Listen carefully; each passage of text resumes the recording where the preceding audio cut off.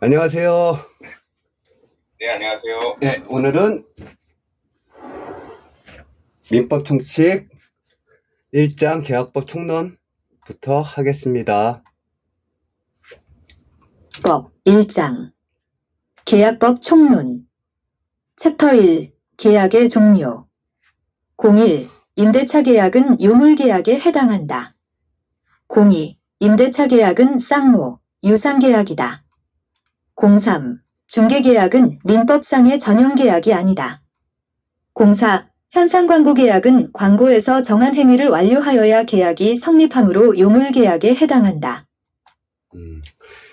그 옛날에 처음에 민법 총칙할 때 뭐 요물계약, 쌍무계약, 유상계약 뭐 이런 거 기억나시나 모르겠네요.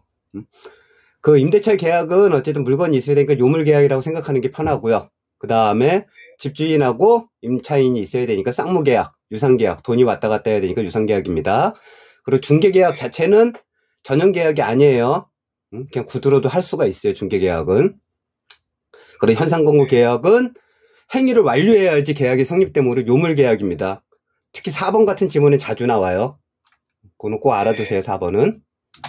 28회 한번 풀어보세요. 네.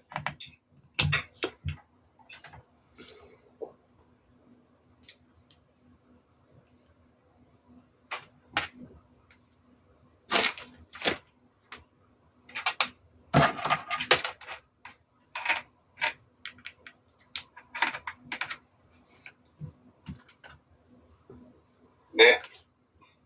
기출문제 계약의 유형에 관한 설명으로 옳은 것은? 정답 5번 1번 부동산 매매 계약은 유상, 요물계약이다. 해설 부동산 매매 계약은 유상, 낙성계약이다. 네.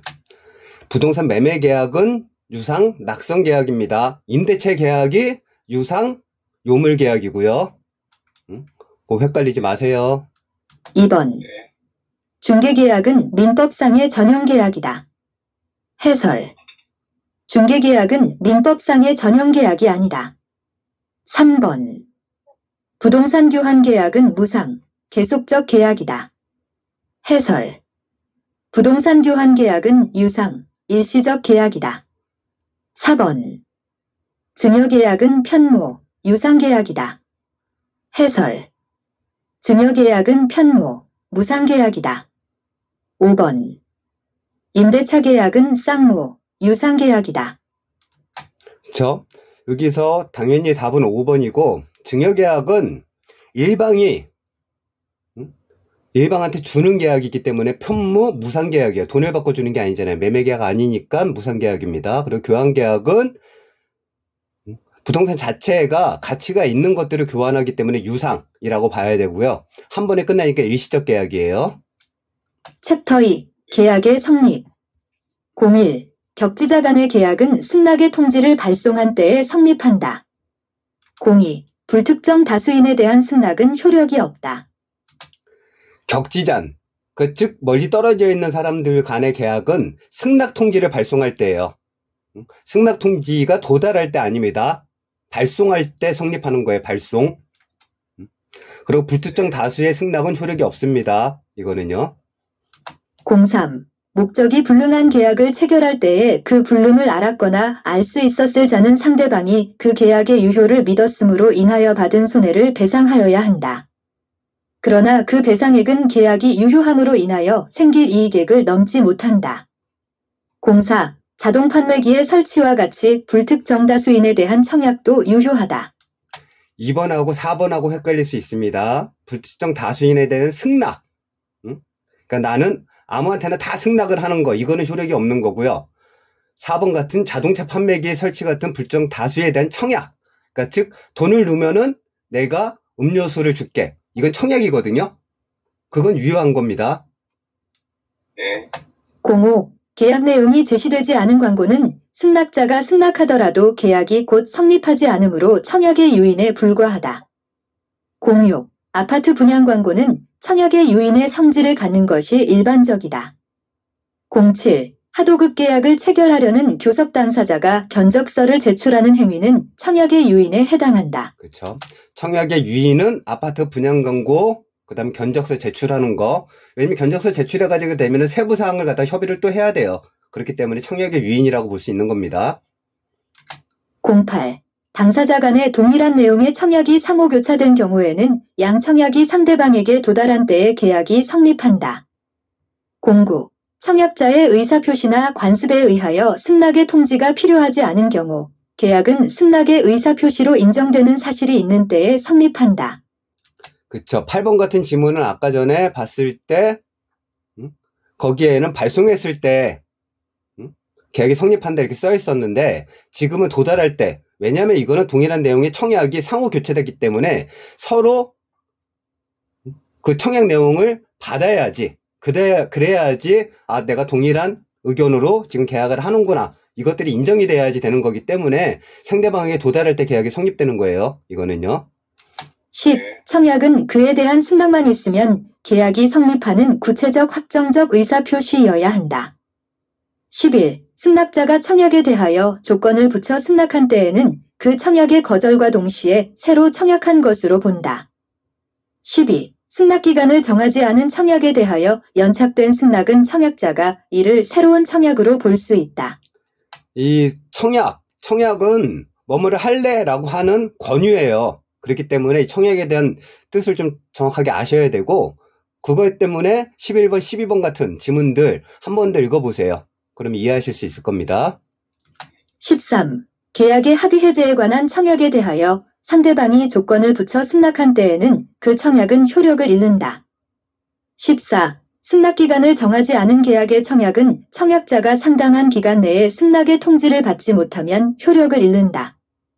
15. 청약자가 청약의 기간 내 이의를 제기하지 않으면 승낙한 것으로 본다는 뜻을 표시한 경우 이해 없이 그 기간이 지나더라도 계약은 성립하지 않는다.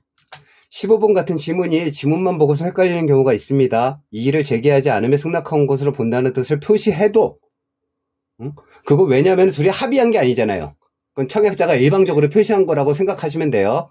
그런데 이의 없이 그 기간이 지나더라도 계약은 성립하지 않는다. 이건 당연한 얘기입니다. 왜냐하면 우편물을 못 받을 수도 있으니까. 이거 앞에 거만 생각을 해가지고 뒷부분에 대해서 성립하지 않는다가 틀렸다고 생각하시면 안 돼요. 네. 16. 청약자가 청약의 의사표시를 발신한 후 사망하거나 제한 능력자가 되어도 청약의 효력에 영향을 미치지 않는다. 17. 청약이 상대방에게 도달하면 상대방은 승낙함으로써 계약을 체결할 수 있는 기회를 가지게 되고 계약 체결을 위한 준비 행위를 하게 된다. 그런데 청약자가 청약을 임의로 철회한다면 상대방에게 부당하게 손해를 줄 염려가 있다. 따라서 계약의 청약은 이를 철회하지 못한다. 그렇죠. 이거는 이 지문 거의 그대로 나오기 때문에 계속 한번 읽어보세요. 더 28회 한번 풀어보세요. 네.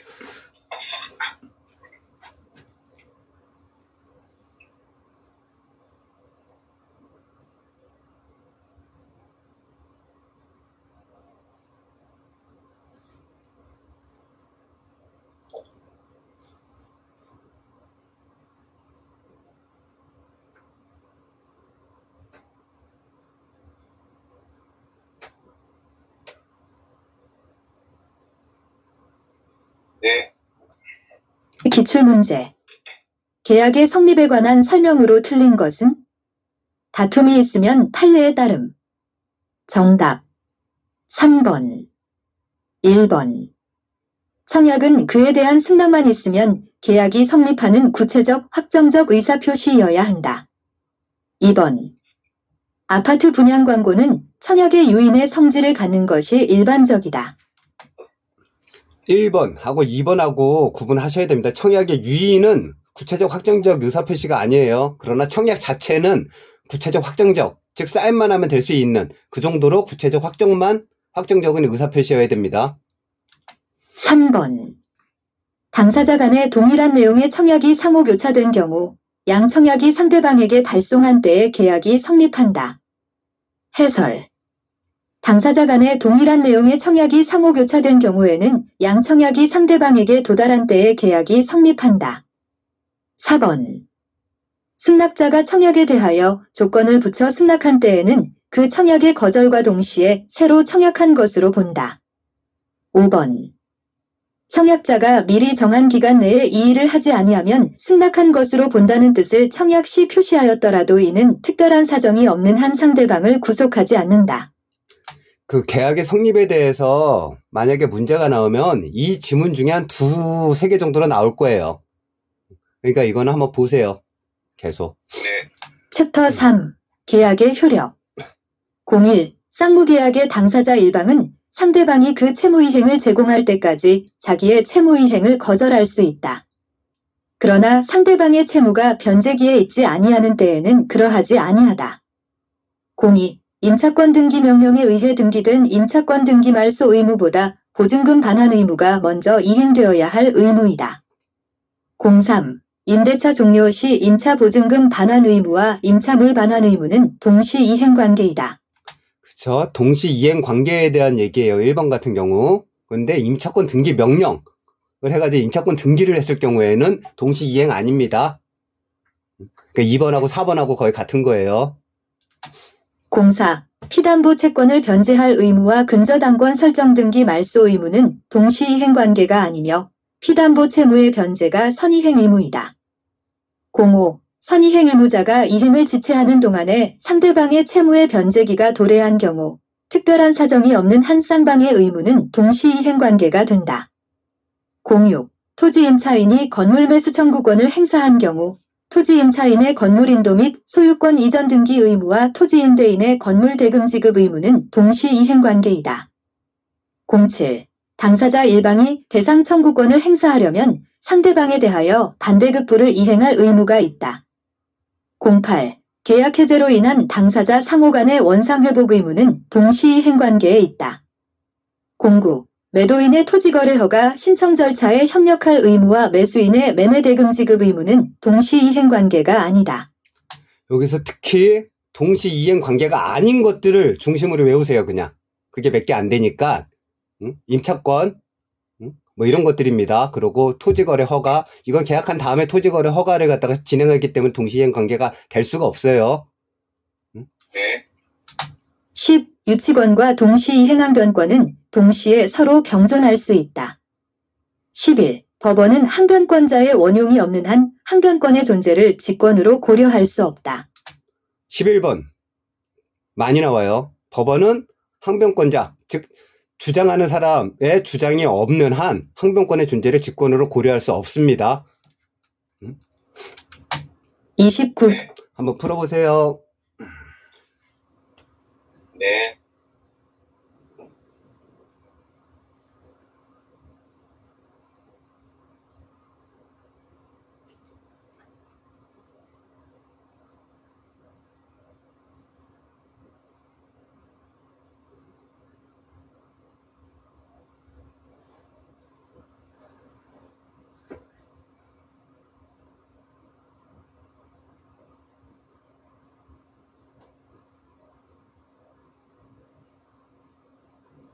네.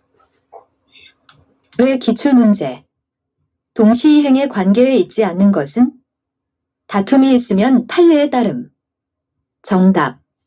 4번. 1번. 계약 해제로 인한 당사자 쌍방의 원상회복 의무. 해설.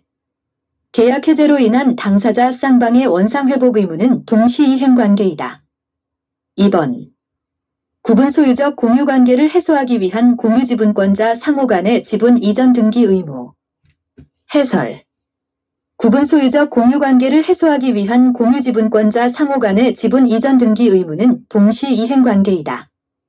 3번. 전세권이 소멸한 때에 전세권자의 목적물 인도 및 전세권 설정 등기 말소 의무와 전세권 설정자의 전세금 반환 의무. 해설.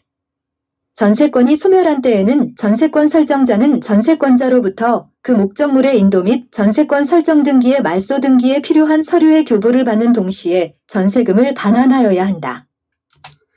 전세권 설정은 전세를 들어갈 때 대부분 하거든요. 그래서 이거는 말소할 때 전세금 반환하고 동시이행 관계가 돼요. 대부분. 근데 임차권은 어떨 때 주로 하냐면 보증금을 안 내줬는데 낸 이사를 가야 될 경우, 응? 그럴 때 내 임차 보증금을 갖다가 받으려고 임차권 등기를 합니다. 대부분요. 그렇기 때문에 그거는 임차 보증금을 먼저 내줘야지 임차권 등기를 말소를 해줘요. 그러니까 동시이행 관계가 아니에요. 전세권은 동시이행 관계, 임차권은 동시이행 관계 아닙니다. 4번. 근저당권 시행을 위한 경매가 무효인 경우 낙찰자의 채무자에 대한 소유권 이전 등기 말소 의무와 근저당권자의 낙찰자에 대한 배당금 반환 의무. 해설.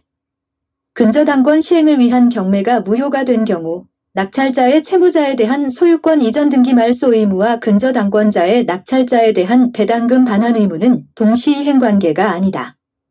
5번. 가등기 담보에 있어 채권자의 청산금지급 의무와 채무자의 목적 부동산에 대한 본등기 및 인도 의무. 해설. 가등기 담보 등에 관한 법률 제4조 제3항. 다시 한번 말씀을 드리는데 동시이행 관계가 아닌 거를 주로 외우시고요. 대부분 다 계약관계들은 다 동시이행 관계예요. 민법상. 대부분은요. 다. 그러니까 아닌 거를 외우시는 게 편합니다. 12. 우리 민법은 채무자 위험부담주의를 원칙으로 한다. 13. 위험부담은 쌍무계약에 의하여 발생한 일방의 채무가 채무자의 책임없는 사유로 후발적 불능이 되어 소멸한 경우에 생기는 문제이다. 14. 편무계약의 경우 원칙적으로 위험부담의 법리가 적용되지 않는다. 민법상 채무자 위험부담주의입니다. 채권자 위험부담주의 아니에요. 채권자가 위험을 부담까지 하면서 채권을 갖다가 하면 안 되죠. 그러니까 채무자가 위험을 부담한다 생각하면 돼요. 돈 빌린 사람이 위험을 좀 부담해라. 뭐 이런 식으로 외우세요. 그냥. 예.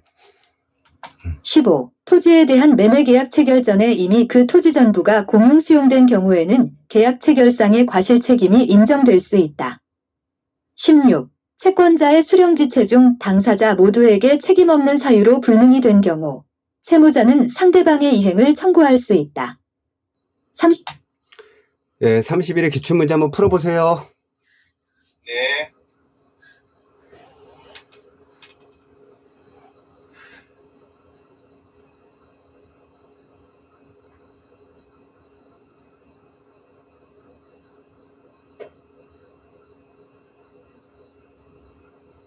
예. 11회 기출문제. 쌍무계약상 위험부담에 관한 설명으로 틀린 것은 다툼이 있으면 판례에 따름. 정답 2번 1번. 계약 당사자는 위험부담에 관하여 민법 규정과 달리 정할 수 있다. 해설. 위험부담에 관한 규정은 임의 규정이므로 당사자의 특약으로 달리 정할 수 있다. 2번. 채무자의 책임 있는 사유로 후발적 불능이 발생한 경우 위험부담의 법리가 적용된다. 해설. 위험부담은 쌍무계약에 의하여 발생한 일방의 채무가 채무자의 책임 없는 사유로 후발적 불능이 되어 소멸한 경우에 생기는 문제이다. 따라서 채무자의 책임 있는 사유로 후발적 불능이 발생한 경우에는 위험부담의 법리가 적용되지 않는다. 다만 이 경우에는 채무불이행 책임이 문제된다. 그쵸. 즉 민법은 거의 계약 자유의 원칙에 의해 가지고 쌍방이 합의된 내용을 존중해줘요. 근데 위험부담 같은 경우에 그러니까 누구한테 책임을 갖다가 부여하는 거에 대해서는 임의 규정이에요. 강행 규정이 아닙니다. 그래서 당사자 특약에 따라 가지고 달리 정할 수 있고요. 2번 같은 지문은 위험부담은 편무계약에는 적용되지 않아요. 쌍무계약에만 적용이 되는 겁니다. 그래서 위험부담은 채무자 위험주의가 대부분이고요. 그래서 이 위험부담이라는 거는 책임 있는 사유로 불능이 되면 당연히 거기에 규책사유가 있기 때문에 손해배상까지 청구할 수 있어요. 근데 이 위험부담이라는 법리는 채무자가 책임 없는 사유로 후발적 불능이 되었을 때 생기는 문제를 갖다가 정리하려고 한 거예요. 그러니까 채무자 위험부담이 생기겠죠? 그렇게 생각하시면 됩니다. 후발적 불능이 됐을 때 책임 있는 사유가 채권자한테 있다면은 그건 위험부담이란 얘기가 아니라 규책사유로 인해 가지고 그냥 손해배상 같은 청구권이 생길 뿐이에요. 그냥.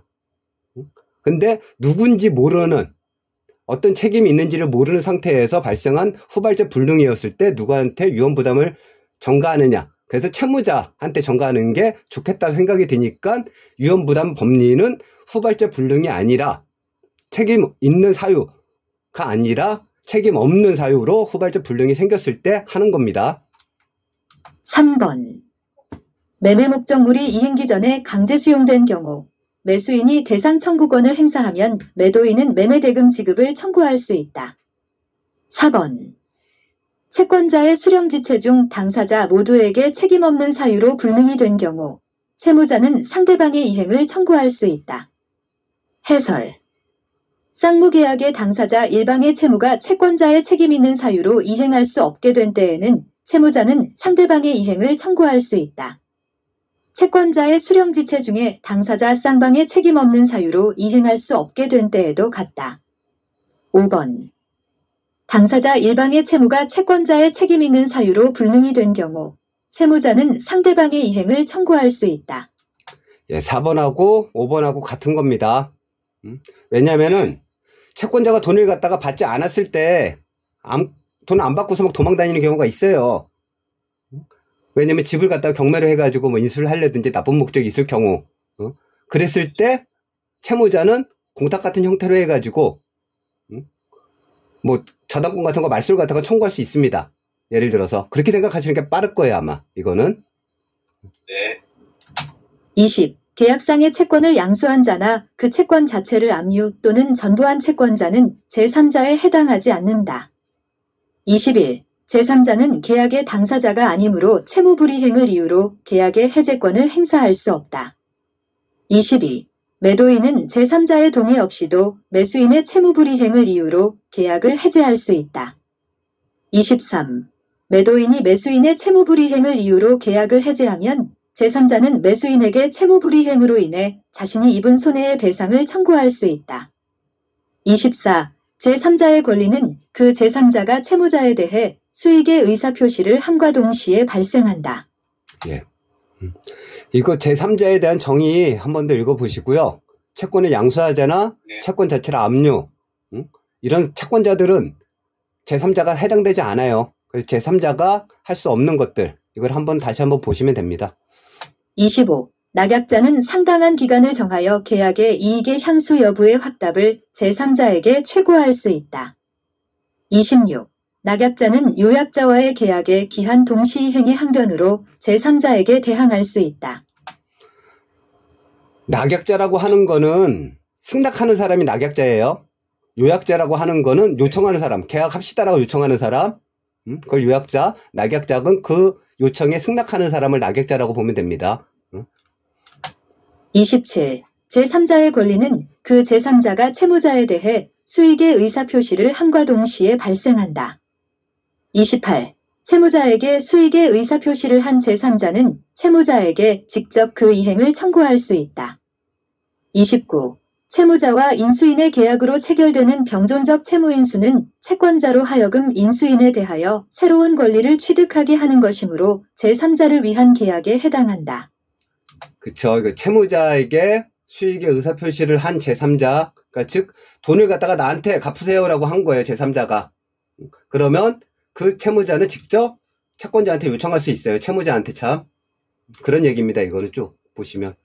30. 매도인 갑과 매수인 을이 계약을 하면서 그 대금을 병에게 지급하기로 하는 제3자를 위한 계약을 체결하였다면 을은 갑의 병에 대한 채무부존재의 항변으로 병에게 대항할 수 없다. 32회 기출문제. 한번 풀어보세요. 네.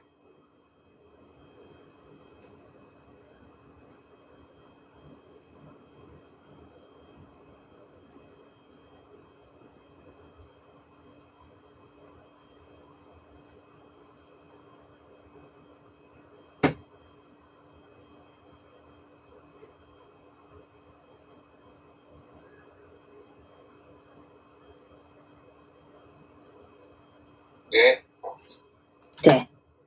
제3자를 위한 계약에 관한 설명으로 틀린 것은 다툼이 있으면 판례에 따름.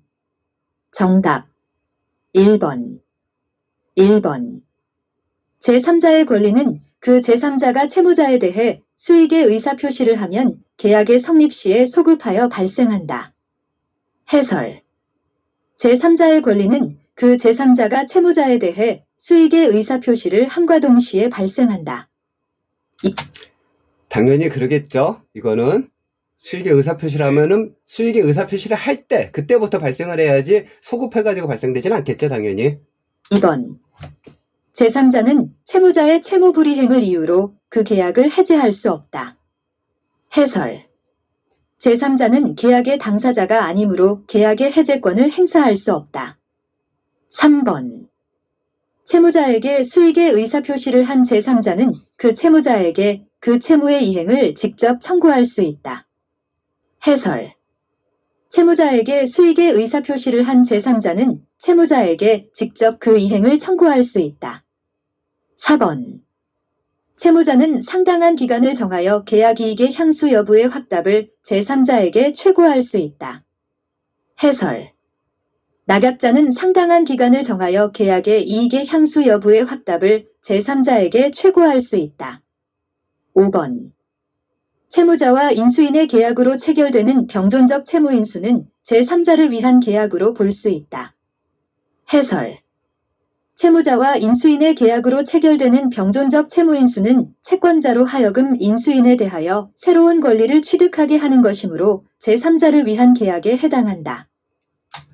여기서 제3자를 위한 계약 문제가 혹시나 하면 이 지문 중에 한두 개는 나오니까 한 두세 번 읽어보세요. 그리고 뭐가 틀린지에 대해서 체크하셔야 됩니다.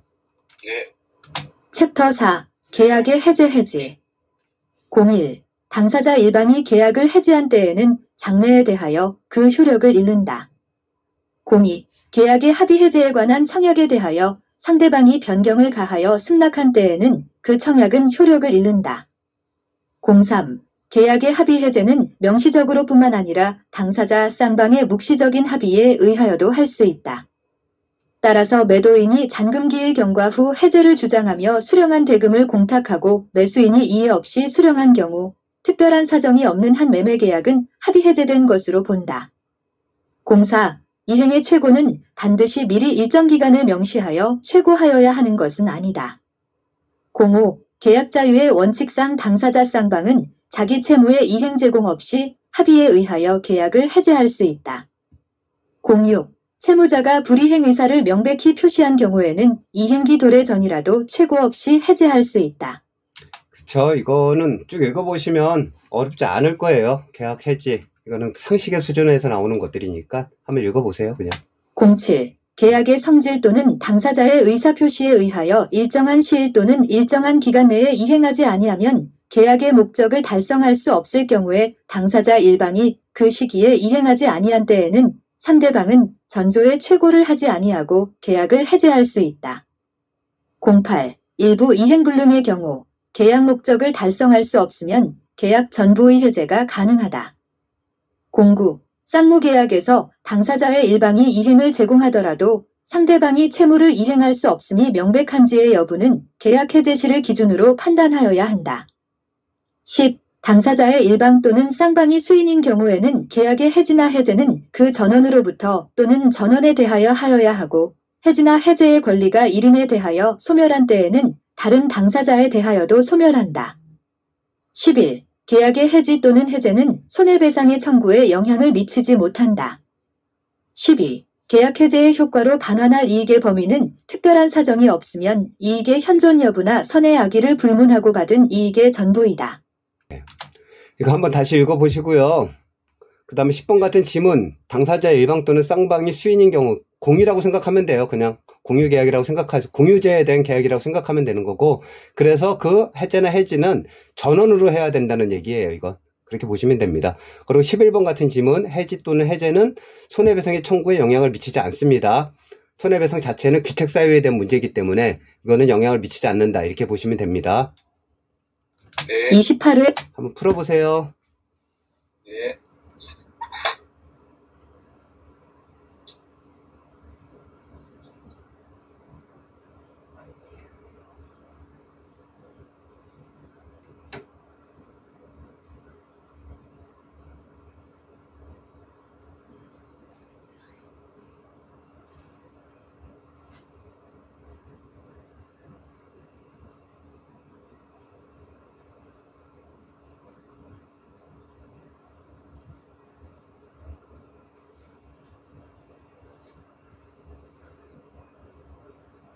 네. 기출문제. 계약 해제에 관한 설명으로 틀린 것은? 다툼이 있으면 판례에 따름. 정답 5번, 1번. 매도인의 책임 있는 사유로 이행불능이 되면 매수인은 최고 없이 계약을 해제할 수 있다. 해설. 채무자의 책임 있는 사유로 이행이 불능하게 된 때에는 채권자는 계약을 해제할 수 있다. 2번. 계약이 합의 해제된 경우 다른 사정이 없으면 채무 불이행으로 인한 손해배상을 청구할 수 없다. 해설. 합의 해제의 경우에는 원칙적으로 손해배상을 청구할 수 없다. 3번. 매도인이 매매계약을 적법하게 해제하였더라도 매수인은 계약 해제의 효과로 발생하는 불이익을 면하기 위하여 착오를 원인으로 그 계약을 취소할 수 있다. 해설. 매도인이 계약을 해제한 후라도 매수인은 착오를 이유로 계약을 취소할 수 있다. 4번. 계약 상대방이 수인인 경우 특별한 사정이 없는 한 그중 1인에 대하여 한 계약의 해제는 효력이 없다. 해설. 당사자의 일방 또는 쌍방이 수인인 경우에는 계약의 해지나 해제는 그 전원으로부터 또는 전원에 대하여 하여야 한다. 5번. 매도인은 다른 약정이 없으면 합의 해제로 인하여 반환할 금전에 그 받은 날로부터 이자를 가산하여야 할 의무가 있다. 해설. 계약의 합의 해제로 인하여 반환할 금전에는 그 받은 날로부터 이자를 가하여야 할 의무가 없다.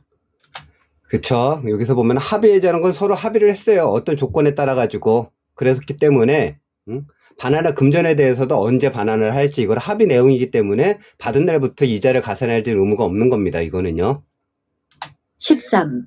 계약의 합의 해제된 경우 다른 사정이 없는 한 채무 불이행으로 인한 손해배상을 청구할 수 없다. 14. 계약의 합의 해제로 인하여 반환할 금전에는 그 받은 날로부터 이자를 가하여야 할 의무가 없다.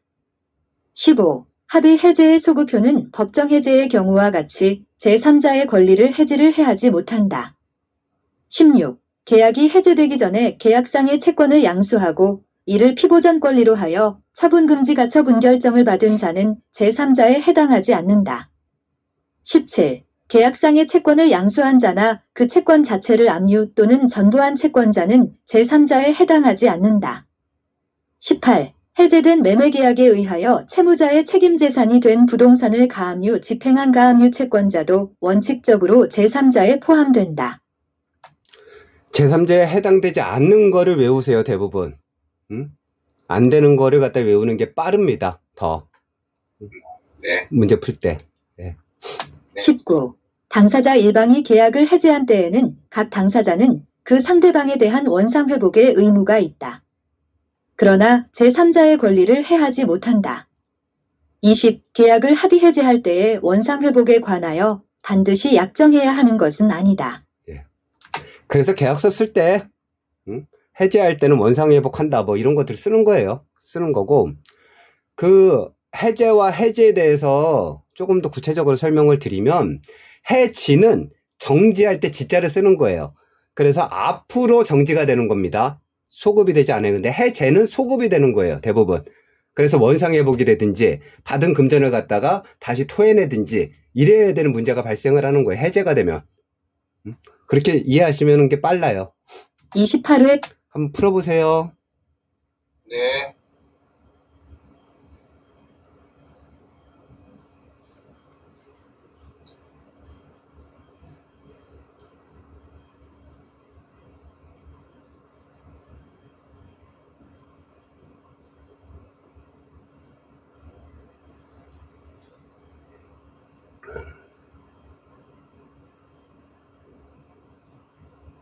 네. 기출문제. 이행지체로 인한 계약의 해제에 관한 설명으로 틀린 것은 다툼이 있으면 판례에 따름. 정답 4번, 1번. 이행의 최고는 반드시 미리 일정 기간을 명시하여 최고하여야 하는 것은 아니다. 해설. 대판 1990.3, 27, 89다카만 4112번. 계약의 해제는 손해배상의 청구에 영향을 미치지 않는다. 해설. 계약의 해지 또는 해제는 손해배상의 청구에 영향을 미치지 아니한다. 3번. 당사자 1방이 정기행위를 일정한 시기에 이행하지 않으면 상대방은 이행의 최고 없이 계약을 해제할 수 있다. 해설. 계약의 성질 또는 당사자의 의사표시에 의하여 일정한 시일 또는 일정한 기간 내에 이행하지 아니하면 계약의 목적을 달성할 수 없을 경우에 당사자 1방이 그 시기에 이행하지 아니한 때에는 상대방은 제544조의 최고를 하지 아니하고 계약을 해제할 수 있다. 그쵸. 1번하고 3번하고 똑같은 지문이죠. 네. 4번. 당사자의 쌍방이 수인인 경우 계약의 해제는 그 1인에 대하여 하더라도 효력이 있다. 해설. 당사자의 일방 또는 쌍방이 수인인 경우에는 계약의 해지나 해제는 그 전원으로부터 또는 전원에 대하여 하여야 한다. 5번.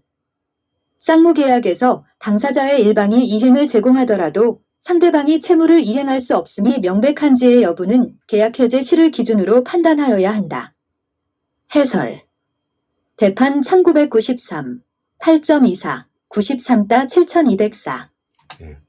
즉 5번 같은 지문, 상대방의 이행을 할 수 없는 게 명백한지의 여부는 계약 시를 기준으로 하는 게 아닙니다. 계약 해지 시예요. 네. 여기 해제를 빼고서 문제를 내는 경우가 간혹 있어요. 근데 너무 쉽기 때문에 잘 안 내는데 계약 해지 시입니다. 그러니까 즉 해제를 할 때 그 당시를 보고서 판단해야 된다는 얘기예요. 챕터 5. 약관의 규제에 관한 법률. 01. 약관은 신의 성실의 원칙에 따라 공정하게 해석되어야 한다. 02. 약관의 내용은 개개 계약 체결자의 의사나 구체적인 사정을 고려함이 없이 평균적 고객의 이해 가능성을 기준으로 하여 객관적 획일적으로 해석하여야 한다. 그쵸. 약관은 보험 약관 같은 거 생각하시면 돼요. 그냥 쉽게. 그러면 다 이해되실 겁니다. 객관적 획일적으로 해석해야 됩니다. 주관적으로 해석되면 안 돼요. 03. 고객에게 부당하게 불리한 약관 조항은 공정을 잃은 것으로 추정된다. 04.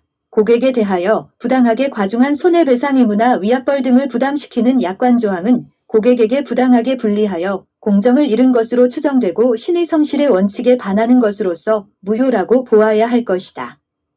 05. 보험자가 보험약관에 대한 명시 설명 의무에 위반하여 보험계약을 체결한 경우 보험계약자가 그 약관에 규정된 고지 의무를 위반하였다 하더라도 이를 이유로 보험계약을 해지할 수는 없다. 여기서 보험자는 회사예요. 보험회사, 보험계약자는 계약하는 사람입니다. 그렇기 때문에 명시 설명 의무를 위반해서 만약에 체결을 했을 때는 고지 의무를 위반하더라도 보험계약을 해지할 수 없다. 이렇게 나옵니다. 06. 당해 거래계약에 당연히 적용되는 법령에 규정되어 있는 사항은 그것이 약관의 중요한 내용에 해당한다고 하더라도 특별한 사정이 없는 한 사업자가 이를 따로 명시 설명할 의무는 없다. 32회 풀어보세요. 네.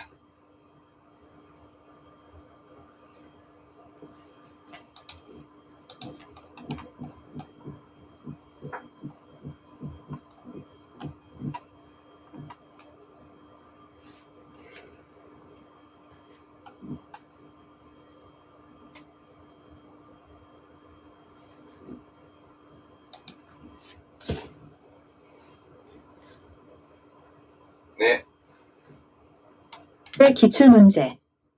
약관에 관한 설명으로 틀린 것은 다툼이 있으면 판례에 따름. 정답. 5번 1번. 고객에게 부당하게 과중한 지연손해금 등의 손해배상 의무를 부담시키는 약관 조항은 무효로 한다. 해설. 고객에 대하여 부당하게 과중한 손해배상 의무나 위약벌 등을 부담시키는 약관 조항은 고객에게 부당하게 불리하여 공정을 잃은 것으로 추정되고 신의 성실의 원칙에 반하는 것으로서 무효라고 보아야 할 것이다. 2번. 약관 내용이 명백하지 못한 때에는 약관 작성자에게 불리하게 제한 해석해야 한다. 해설. 보통거래약관의 내용은 개개 계약 체결자의 의사나 구체적인 사정을 고려함이 없이 평균적 고객의 이해 가능성을 기준으로 하되 보험단체 전체의 이해관계를 고려하여 객관적 획일적으로 해석하여야 하고 고객 보호의 측면에서 약관 내용이 명백하지 못하거나 의심스러운 때에는 약관 작성자에게 불리하게 제한 해석하여야 한다. 3번. 보통거래약관은 신의 성실의 원칙에 따라 그 약관의 목적과 취지를 고려하여 공정하고 합리적으로 해석해야 한다. 해설. 약관은 신의 성실의 원칙에 따라 공정하게 해석되어야 한다. 4번.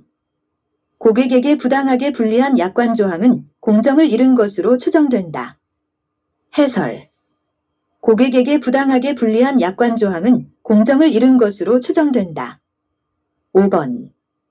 보통거래약관의 내용은 대개 계약 체결자의 의사나 구체적인 사정을 고려하여 구체적 주관적으로 해석해야 한다. 해설. 약관의 내용은 대개 계약 체결의 의사나 구체적인 사정을 고려함이 없이 평균적 고객의 이해 가능성을 기준으로 하여 객관적 획일적으로 해석하여야 한다. 그쵸. 정답은 5번입니다. 정답 빠졌네요. 5번입니다. 그러니까 이거 상식의 수준에서 나오는 거니까 어렵게 생각하지 말고 그냥 푸시면 돼요. 여기서 문제를 틀어가지고 나올 수 있는 게 몇 개 없어요. 그냥 주관적 해석해야 된다. 뭐 이런 거? 그러니까 객관적으로 해석하고 획일적으로 해석해야 됩니다. 획일적으로 한다는 거는 그러니까 고객을 평균적으로 봐가지고 획일적으로 해석을 해야 된다는 거예요. 개개인별로 다 따르게 해석하면 되는 게 아니라 그렇게 이해하시는 겁니다. 이거는요. 그래서 오늘은 계약법 1장까지 했습니다. 뭐 혹시 궁금하신 거 있으신가요? 없습니다. 예, 궁금한 거 있으시면 정리해가지고 다음 수업할 때 질문해 주세요. 오늘도 수고하셨습니다. 네.